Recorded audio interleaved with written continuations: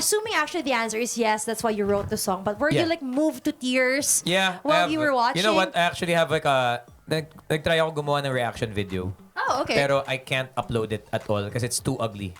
What happened was kasi I wrote the song after episode 10. So, nung dumating yung episode 11 the following weekend, I think, yeah. So, yung iyak doon, hindi na siya parang postable iyak. Hindi na siya yung parang, ang cute naman, may tears kang Oh, konti. Yael is so Hindi. sensitive. I love it. Hindi ganun. Hindi ganun. Talagang ganun na yung parang, yung ganun na yung sound.